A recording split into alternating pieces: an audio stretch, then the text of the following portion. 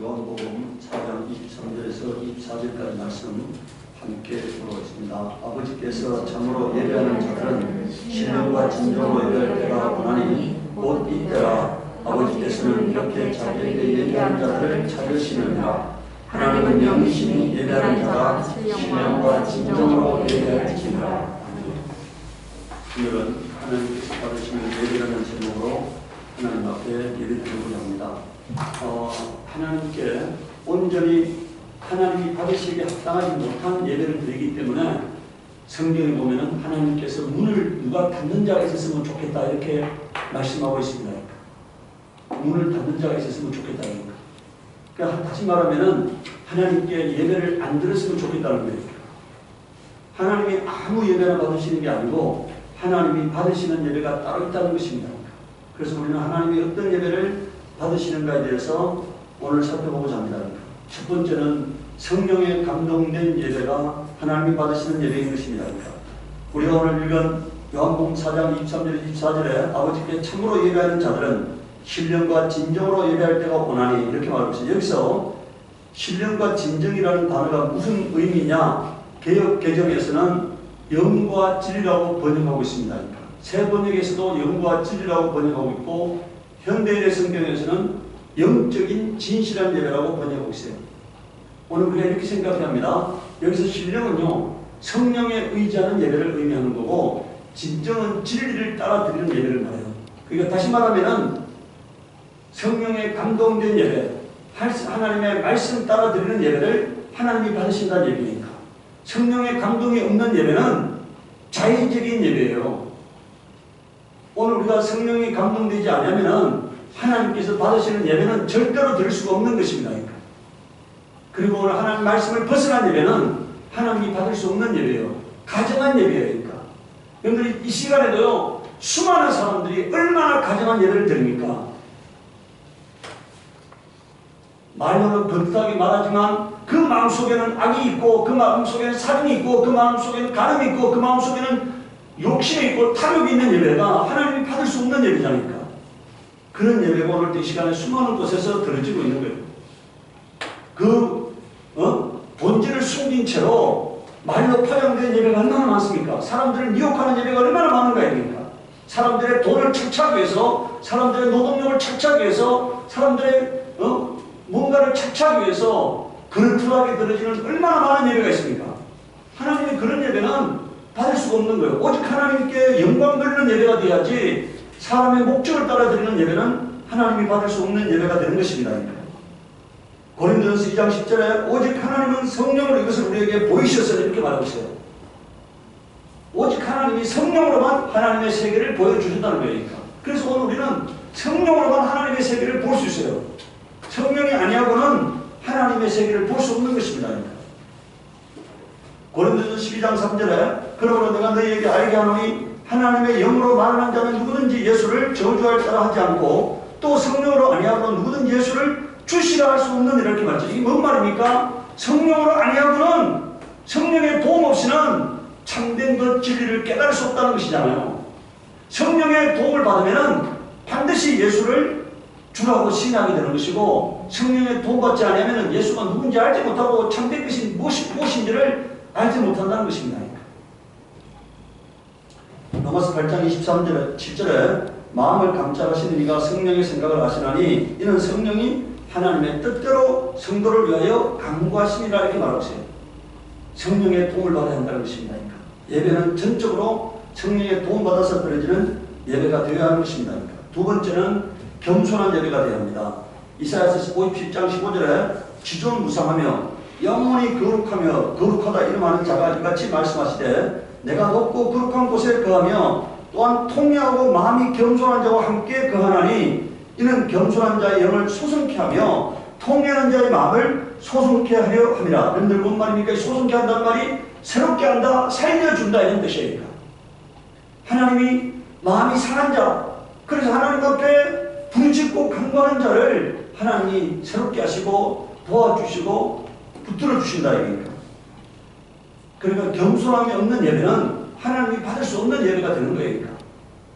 베드로전서 5장 5절에 젊은 자들 이와 같이 장로들에게 순복하고 다 서로 겸손으로 허리를 동이라. 하나님이 교만한 자를 대적하시되 겸손한 자들에게는 뭐라고 되어 있습니까? 은혜를 주시는 이렇게 말했어요. 그러니까 우리가 겸손이 하나님께 나아가는 가장 기본적인 자세인 거예요. 예수님께서 뭐라 했습니까? 나는 마음이 온유하고 겸손한 자를 이렇게 말했어요. 예수님의 성품이 겸손인 것입니다. 예수님은 자신을 낮추어서 사람이 되셨다고 말하고 있어요. 그걸 하나님이 의라고 말합니다. 예수님이 자신을 하나님 앞에서 낮추신 것을 하나님이 의라고 말해요. 그러니까 오늘 우리가 그 낮아진 예수님 앞에 무릎을 꿇지 않으면 하나님께 나아갈 수 없는 거예요. 더 낮아져야지. 예수님보다 더 낮아져야만이, 낮아지신 예수님보다 더 낮아져야만이 하나님께 나아갈 수 있는 것입니다. 베드로전서 5장 6절에는요. 그러므로 하나님의 능하신 손 아래서 뭐라고 되어 있습니까? 겸손하라. 때가 되면 너희를 높이시다. 그럼 뭡니까? 겸손하면 하나님이 높여주신다는 거예요. 높아지는 하나님이 끌어내리시고 겸손하면 하나님이 높여주시는 거예요. 세 번째, 순종하는 예배가 되어야 합니다. 사무엘상 15장 13절에서 23절에 보면은 사울이 하나님께서 아말렉을 다 멸하라고 했잖아요. 호흡에 있는 것은 다 멸하라고 했습니다. 그런데 사무엘이 전쟁에 나가서 소나 양의 좋은 것은 죽이지 않고 치었잖아요. 다 멸하라고 했는데, 호흡 있는 것은 다 멸하라고 했는데 소와 양의 좋은 것은 죽이지 않고 끌고 왔습니다. 그래서 사무엘이 13절에 사무엘이 사울이 있는 곳에 이르니 사울이 그를 보고 인사하며 말하였다. 주님께서 주시는 복을 받으시기 바랍니다. 나는 주님의 명령대로 다 하였습니다. 명령대로 안 했잖아요. 그래놓고 다 했다고 말하잖아요. 그러나 사무엘이 물었다. 나의 귀에 들리는 이 양의 떼의 소리와 내가 듣는 소 떼의 소리는 무엇입니까? 사울이 대답하였다. 그것은 아말렉 사람에게서 빼앗은 것입니다. 우리 군인들이 예언자께서 섬기시는 주 하나님께 제물로 바치려고 양떼와 소떼 가운데서 가장 좋은 것을 남겼다가 끌어왔습니다. 그러나 나머지 것들은 우리가 진멸하십니다. 이것은요, 전적으로 거짓말이에요. 하나님께 예배하려고 끌어온 것이 아니라 자기들이 가지려고 끌어온 거잖아요. 그런데도 지금 이 순간에도 마음을 살피시는 하나님 앞에 거짓말을 하고 있는 거잖아요. 중심을 보시는, 폐부를 감찰하시는 하나님 앞에 거짓말을 하고 있는 거잖아요. 솔직하게 물질에 탐이 나서 갖고 왔습니다 이렇게 말 못하고 하나님께 드리려고 갖고 왔다고 이렇게 변명하는 거잖아요. 하나님이 보시기에 얼마나 다정하겠습니까? 16절에 사무엘이 사울을 꾸짖었다. 그만두십시오. 지난밤에 주님께서 나에게 말씀하신 것을 내가 알려드리겠습니다. 사울이 대답하니까 말씀하십시오. 이건 뭡니까? 하나님이 사울의 마음을 살폈잖아요. 환경을 다 살폈잖아요. 그러고 난 다음에 사무엘을 통해서 사울에게 말할 것을 이미 사무엘에게 하나님이 주셨다 이겁니다. 사무엘이 말하니까 임금님이 스스로 하찮은 사람이라고 생각하시는 그 무렵에, 이게 뭔 말입니까? 겸손할 때 이런 얘기잖아요. 자신을 낮출 때 이런 얘기잖아요. 주님께서 임금님께 기름을 부어 이스라엘 왕으로 세우셨습니다. 그래서 임금님이 이스라엘 모든 지파의 어른이 되신 것이 아닙니까? 주님께서는 임금님을 전쟁터로 내보내시면서 저 못된 아말렉 사람들을 진멸하고 그들을 진멸할 때까지 그들과 싸우라고 하셨습니다. 그런데 어찌하여 주님께 순종하지 아니하고 약탈한 데만 마음을 쏟으면서 주님께서 보시는 앞에서 악한 일을 하셨습니까? 이렇게 말했잖아요. 사무엘이 대답하였다. 나는 주님께 순종하였습니다. 주님께서 보내시는 대로 전쟁터로 나갔고 아말렉 왕 아각도 잡았고 아말렉 사람도 침멸하였습니다. 다만 우리 군인들이 절품 가운데서 양떼와 소떼를 죽이지 않고 길갈로 끌어왔습니다. 그러나 그것은 예언자께서 섬기는 주 하나님께 제물로 바치려고 진멸할 짐승들 가운데서 가장 좋은 것으로 골라온 것입니다. 아직도 사울은 거짓말하고 있잖아요. 오늘은 우리가요, 하나님이 어떤 분인가를 알아야 합니다. 하나님은 내 마음에 스치는 생각까지도 아시고 내 마음의 묵상까지도 아시는 분이세요. 그래서 우리는 하나님 앞에 벌거벗는 것입니다. 숨길 수가 없어요. 하나님은 영이시기 때문에. 여러분들 우리가 귀신이 잘 알아맞히잖아요. 그래서 귀신같이 알아맞힌다잖아요. 귀신이 영이기 때문에, 육체의 제한을 받지 않는 영이기 때문에 다 알아맞힐 수 있는 거예요. 과거를 다 알아맞힐 수 있는 거예요. 그 과거를 다 여러분들 꿰뚫어 보고 있기 때문에, 시공을 초월하기 때문에. 그런데 여러분들 그 영을 지으신 하나님께서야 오죽하겠습니까? 그래서 오늘 우리는 하나님 앞에 그냥 진실해야 해. 잘못했을 때는 잘못했다고 말하고 그냥 진실해야 합니다. 여기 뭐라고 말하고 있습니까? 22절에 사무엘이 나무랐다. 주님께서 어느 것을 더 좋아하시겠습니까? 주님의 말씀에 순종하는 것이겠습니까? 아니면 번제나 화목제를 드리는 것이겠습니까? 잘 들으십시오. 순종이 제사보다 낫고, 여기 순종이 제사보다 낫다는 말은 오늘 말하는 제사는 예배입니다. 예배보다 더 중요한 게 뭐라는 겁니까? 순종이다 이겁니다. 말씀을 따르는 것이 순양의 길보다 낫습니다. 번제보다 낫다는 얘기입니다. 순종하는 것이 번제보다 낫다는 것입니다. 거역하는 것은 뭐와 같다고 되어 있어요? 정치는 죄와 같다 이겁니다. 여러분 보십시오. 순종하지 않는 것이 뭐와 같다는 겁니까? 정치는 죄와 같다는 거예요. 예? 고집을 부리는 것은 우상을 섬기는 죄와 같다는 것입니다. 하나님 말씀에 순종하지 않는 것은 우상 섬기는 죄와 똑같이 하나님이 취급하신다는 거예요. 우상을 섬기는 자는 반드시 지옥 간다고 성경에 나와 있습니다. 하나님이 나를 유혹으로 받지 못한다고 나와 있습니다. 그런데 그렇게 고집하는 게 하나님 앞에서 자기 뜻을 굽히지 않는 것은 우상을 섬기는 것과 같다고 말하고 있어요. 임금님이 주님의 말씀을 버렸기 때문에 주님께서도 임금님을 버려 왕이 되지 못하게 하였습니다. 여러분들 순종하지 않는 것은 하나님 말씀을 버리는 거예요. 그것은 하나님 말씀을 버리는 자는 하나님도 그 사람을 어떻게 한다는 겁니까? 버린다는 거예요. 그러니까. 그래서 내가 하나님 앞에 기이 쓰임 받으려면 하나님 말씀에 순종하는 거예요. 제가 지난주에도 말했잖아요. 제가 뭐 특별한 뭘, 영적으로 특별한 뭘 하지 않는데 저는 하나님 말씀 앞에 순종하려고 노력합니다. 그래서 제가 하나님 앞에 순종하려고 노력하기 때문에 제가 손을 대는 일마다 하나님이 아름다운 열매가 있게 하시는 것을 느껴요. 제가 어제 올라와가지고 제 사무실에 박남일 형제가 이제 판결문이 나와서 저한테 우편으로 보냈어요. 제가 이제 판결문을 읽어봤습니다. 판결문을 읽어보니까 우리의 주장을 판사가 100% 받아들인 거예요. 그래서 그 73만 원도 이 사람들이 나와가지고 정도 수집할 때까지 그 생산한 거에 대해서만 물어주라 했고 그 이후에는 하나도 물어주라 말 안 했어요. 그 사람들이 2012년도 한 7월경에 그걸 사가지고 2013년 11월 7일날 그 사람들이 최종 작업이 됐는데 그 1년간 한 400주 생산된 거에 대해서만 물어주랬고 나머지는 전혀 물어주라 안 했어요. 우리의 주장을 100% 받아들인 거예요. 그러니까.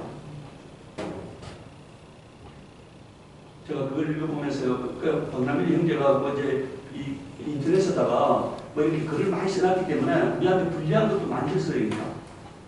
많이 썼는데 하여간 제가 이제 써준 그 내용을 거의 100% 받아들였어요. 항상. 제가 그걸 보면서요. 하나님께서 제가 이제 남들을 도와주면서도 항상 느껴요. 하나님이 제가 손을 대는 일에 대해서 열매가 있게 하시는 것이에요.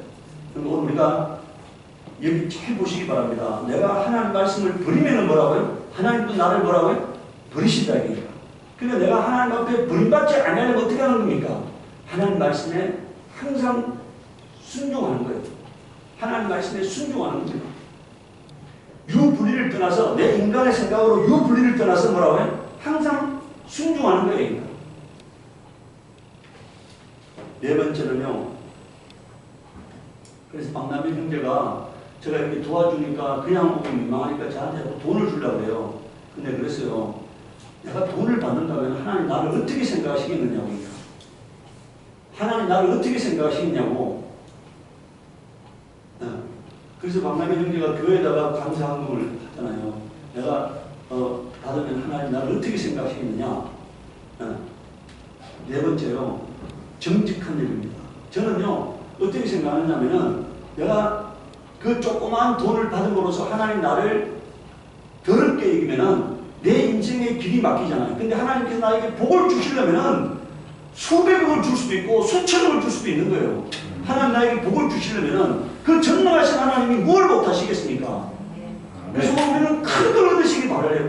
네. 조그만 거 얻으려고 생각지 말고 하나님 앞에 정말 내가 하나님 앞에 귀한 존재가 되어서 하나님 나를 복의 강줄기로 사용하시기를 그런 열망을 가져야 합니다. 그러니까. 소탐대실 이런 말 들어봤죠? 소탐대실. 조그만 것을 얻으려다가 큰 것을 잃는 그런 우를 범하지 않기를 바랍니다.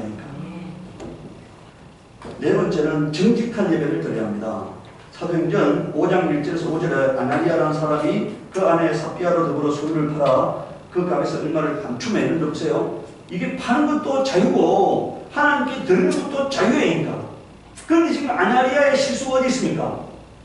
얼마를 감춰놓고 이게 전부라고 말하면 그것이 잘못이다. 그러니까 안 드리는 것이 잘못이 아니에요. 적게 드리는 것이 잘못이 아닙니다.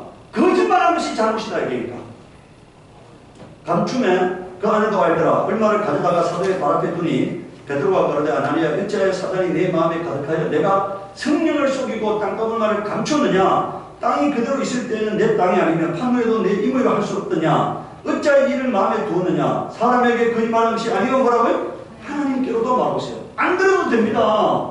안 들어도 돼. 또 일부만 들어도 돼요. 그런데 이게 전부라고 말할 것이 뭐라고요? 그게 하나님에 대한 하나님을 속인 거고 하나님을 우습게 보는 거다 이거니까. 하나님을 우습게 보는 거. 전능하신 하나님을 우습게 보는 거다 이거니까. 그래서 여러분들 그 아나니아가 그 순간에 적사라고 말했잖아요. 그 부인도 이제 그 후에 적사하고 맙니다. 이사야서 26장 7절에 의인의 길은 정직하며 정직하신 주께서 의인의 첩경을 뭐라고 되어 있습니까? 평탄케 하시던들. 의인의 길은 정직하게 되어 있잖아요. 예수 믿는 자의 길은 기본적으로 뭐가 되어야 한다고요? 정직해야 한다는 것입니다. 정직해야만이 하나님과의 사귐이 있을 수 있어요. 다섯 번째는 경건한 예배를 드려야 합니다. 디모데전서 4장 7절 8절에 망령되고 허탄한 신화를 버리고 오직 경건에 이르기를 연습하라. 육체의 연습은 약간 유익이 있으나 경건은 범사 유익하니 금생과 내생에 약속이 있느니라 이렇게 말했어요. 여러분들 이 땅에 사는 날도 하나님이 보상하시고 경건한 삶에 대해서는 보상하시고 저 죽어서 천국을 가서도 하나님이 보상하신다는 거예요. 경건한 삶에 대해서는 이 땅에서 하나님이 보상하신다. 죽어서도 하나님이 보상하신다. 그러니까 하나님이 약속하셨다는 것입니다. 요한복음 9장 31절에 하나님이 죄인을 듣지 아니하고 경건하여 그의 뜻대로 행하는 자를 들으시는 줄을 우리가 아나이다 이렇게 말했잖아요. 여러분들 경건은 기도 응답의 원천이에요. 경건이 뭡니까? 하나님을 두려워해서 삶을 조심하는 게 경건인 것입니다. 삶을 조심하는 것. 우리가 부모를 두려워하면 어떻게 합니까? 발꿈치를 들고 긋잖아요. 그리고 부모의 말을 청중하는 거잖아요. 근데 만약에 오늘 부모를 무시하는 자는 부모 앞에서 지 맘대로 사는 거잖아요. 마찬가지예요. 영적으로 우리의 영적 부모인 하나님 앞에서 하나님을 두려워하는 자는 말과 행동을 조심하는 겁니다. 베드로후서 2장 9절에 주께서 경건한 자는 시험에서 건지시고 이렇게 말했어요. 시험에서 건져주신다는 거예요. 베드로후서 3장 7절에 이제 하늘과 땅은 그 동일한 말씀으로 불사르기 위하여 간수한 바 되어 경건치 아니한 사람의 심판과 멸망의 날까지 보존하여 두신 것이라 이렇게 되어 있잖아요. 보존하여 두신 것이라. 여러분들 경건하지 않은 자를 어떻게 한다고요? 심판하신다. 멸망시킨다는 거예요. 베드로전서 4장 18절에는 의인이 겨우 구원을 얻으며 경건치 아니한 자와 죄인이 어디에 서려? 경건치 아니한 자는 절대로 구원받지 못한다는 것입니다. 그래서 오늘 우리는 경건한 삶을 살아야 하는 거예요. 여섯 번째, 여러분들 거룩한 예배가 드려져야 합니다. 데살로니가 전서 4장 3절에 하나님의 뜻은 뭐라고 되어 있습니까? 너희의 거룩함이라 이렇게 되어 있어요. 우리가 하나님의 뜻 알기를 원한다는 얘기 하잖아요. 하나님의 뜻이 무엇인지 알지 못한다는 얘기 하잖아요. 그런데 오늘 하나님이 분명히 말씀하잖아요. 하나님의 뜻은 이것이니 너희의 거룩함이라 이렇게 말했어요. 성경이 이렇게 말합니다. 내가 그의 거룩하니 너희도 거룩할지니라 이렇게 말하고 있잖아요.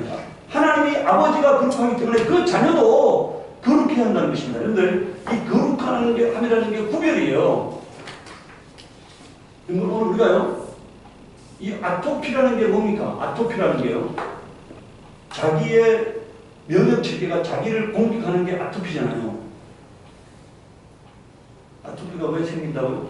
너무 면역체계가 강해가지고 자기의 몸을 공격하는 거예요. 그게 아토피라는 거예요. 그런데 아토피가 적을 공격하는데 자기를 공격하면 이게 뭡니까? 아토피가 되는 거잖아요. 여러분들 만약에 여러분들 장이 제자리에 있어야 하는데 장이 잘못되면 꼬이잖아요. 제자리를 벗어나면 꼬이잖아요. 모든 게 제자리를 벗어나면 그게 병이 되는 거예요. 제자리에 있으면 병이 아닌데 제자리를 벗어나면 여러분들 만약에 뭡니까? 세포가 죽어야 하는데 세포가 안 죽고 계속 살아있으면 그게 암이 되는 거잖아요. 거룩함이라는 게 뭐냐? 모든 게 제자리에 있는 게 거룩함이에요. 그러니까 구별되어서 제자리, 하나님이 제자리에 있게 하는 것들이 제자리에 있는 게 그게 거룩함이다. 그러니까 남자가 남자의 역할을 하고 여자가 여자의 역할을 하는데 여러분들 여자가 남자의 역할을 하고 남자가 여자의 역할을 하고 하면 이게 뭡니까 이게? 그래서 남자가 남자를 사랑하고 여자가 여자를 사랑하면 그건 동정연애가 되는 거잖아요. 그건 하나님이 보시기에 거룩함이 아니잖아요. 남자 여자를 따로 지은 것은 따로 역할을 하기 위해서 따로 지은 거예요. 마찬가지로 모든 것이 제2치에 있는 게 거룩합니다. 제2치가 있지 않으면 그것은 사람으로 말하면 병이 되는 것이고 하나님으로 보면 더러운 것이 되는 거예요. 에베소서 요한복음 17장 19절을 보십시오. 저희를 위하여 내가 나를 거룩하게 하오니 이는 저희도 진리로 거룩함을 얻게 하답니다. 말씀 따라 살면 거룩해집니다. 하나님의 말씀 따라 살면 거룩해져. 이 하나님의 말씀이 뭡니까? 세상과 분리되게 하는 거예요. 세상과 분리되게 하는 거. 하나님의 법칙, 하나님의 원리, 하나님의 뜻이 하나님의 말씀이잖아요. 그 하나님의 말씀 따라 살면 세상과 분리되는 것을 우리가 거룩함이라고 하는 것입니다. 에베소서 4장 24절에 하나님을 따라 의와 진리의 거룩함으로 지으심을 받은 새 사람을 입어라 이렇게 말했습니다. 그런데 이 새 사람은, 거듭난 사람은 의와 진리의 거룩함이라고 말하고 있잖아요. 의와 진리의 거룩함. 그런데 하나님 말씀으로 거룩해져야 한다는 것입니다. 히브리서 12장 14절에 모든 사람으로 더불어 화평함과 거룩함을 쫓으라. 이것이 없이는 아무도 주를 보지 못하다 이렇게 말했어요. 우리가 거룩한 삶이 없다면 그 사람은 하나님께 속한 증거가 없는 것입니다. 하나님에 속한 증거가 있는 사람들, 우리는 하나님이 화평케 하는 자는 복이 있나니 이렇게 말했잖아요. 하나님의 아들이라 일컬음을 받을 것이 멸이 되세요. 뭐라고요? 화평케 하는 자는 마태복음 5장에 화평케 하는 자는 복이 있나니 저희가 하나님의 아들이라 일컬음을 받을 때 하나님께서 우리를 뭐라고 만드셨느냐? 평화의 사도, 영어로 말하면 피스메이커가 되게 만드셨다 얘기인가. 그래서 우리는 내가 가는 곳에 뭐가 있어야 한다고요? 분열이 화합으로 바뀌게 합니다.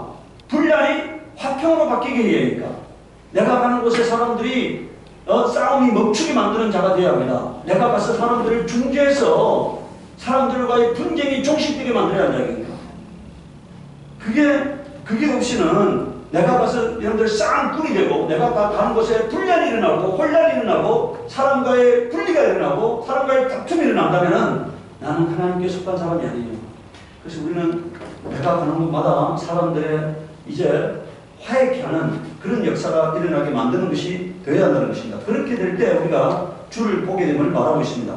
로마서 6장 22절에 그러나 이제는 너희가 죄에 세방되고 하나님께 종이 되어 거룩함에 이르는 열매를 얻었으니 이 마지막은 영생이라 이렇게 말했어요. 거룩함의 마지막이 뭐라고요? 영생이다. 거룩함의 마지막이 영생이다. 거룩함의 결과가 영생이라는 거예요. 고린도서 7장 1절에 그런즉 사랑하는 자들아 이 약속을 가진 우리가 하나님을 두려워하는 가운데 거룩함을 온전히 이루어 여러분들 하나님을 경외할 때 조심하는 거잖아요. 그래서 구별된 삶을 살게 되는 거잖아요. 구별된 삶을 살게 되면 어떻게 된다는 겁니까? 육과 영의 온갖 더러운 것에서 깨끗게 되어진다는 거예요. 거룩하게 구별된 세상과 구별된 삶을 살 때 우리가 영과 육의 온갖 더러운 것에서 벗어날 수가 있어요. 하나님 말씀에 내 삶의 등불이 되면은 요새는요 가치관이 혼란된 세상에 살아서 성적으로 아주 그냥 엉망진창이 되는 삶이잖아요. 우리나라만 그런 게 아니고 전 세계적으로 엉망진창이 된 거예요. 그러니까. 근데 하나님이 내 삶의 등불이 되면은 내 삶의 주관자가 되면은 내 마음을 살피시는 자가 되면은 내가 하나님 앞에서 마음대로 살 수 없잖아요. 그래서 하나님 앞에서 내 영혼을 사랑하는 삶을 살게 되고 내 영혼의 유익을 위해서 살게 되고 내 영혼이 기뻐하는 삶을 살게 되는 거예요. 육이 기뻐하는 삶을 사는 게 아니고 뭐라고요? 영이 사는 길, 영이 기뻐하는 삶을 살게 되는 거예요. 그러니까. 그럴 때 하나님이 내 영혼의 아버지로서 나의 피난처가 되고 나의 보호자가 되고 나의 목자가 되는 거예요. 그러니까. 그럴 때 평안한 삶이 이루어지는 겁니다. 형통한 삶이 이루어지는 거예요. 그러니까. 하나님과 원수가 되고 하나님과 등지면서 평안할 수는 없는 거잖아요. 내가 하나님 말씀에 순종하고 거룩하고 경건한 삶을 살 때 하나님이 나를 붙들어 주신다 이니까. 요동치 않게 하신다 이니까. 내 삶의 주관자가 되고 내 삶에 개입하셔서 열매 있는 삶으로 인도하신다 이니까. 오늘 우리는 그런 삶을 열망하시기 바랍니다. 내가 하나님을 참으로 기쁘게 함으로 말미암아 하나님이 나와 친밀한 관계가 되고 내 삶의 주관자가 되게 하시는 그런 삶에 들어가기를 원합니다. 아멘. 우리가 이 땅에서요 잔머리 굴리게 되면 하나님과 원수가 되는 삶을 살게 돼요. 그런데 하나님 말씀 앞에 무릎 꿇는 삶을 살게 되면 하나님과 화목한 삶을 살게 됩니다. 그러니까 모두가 하나님과 화목한 삶이 이루어지기를 예수 이름으로 축복합니다. 아멘. 이 시간 우리 기도할 때 하나님, 내가 하나님의 뜻을 깨달았사오니 이제는 하나님이 기뻐하는 그런 삶, 하나님이 받으시는 예배가 드려지는 삶이 되게 하시옵소서 기도하도록 하겠습니다.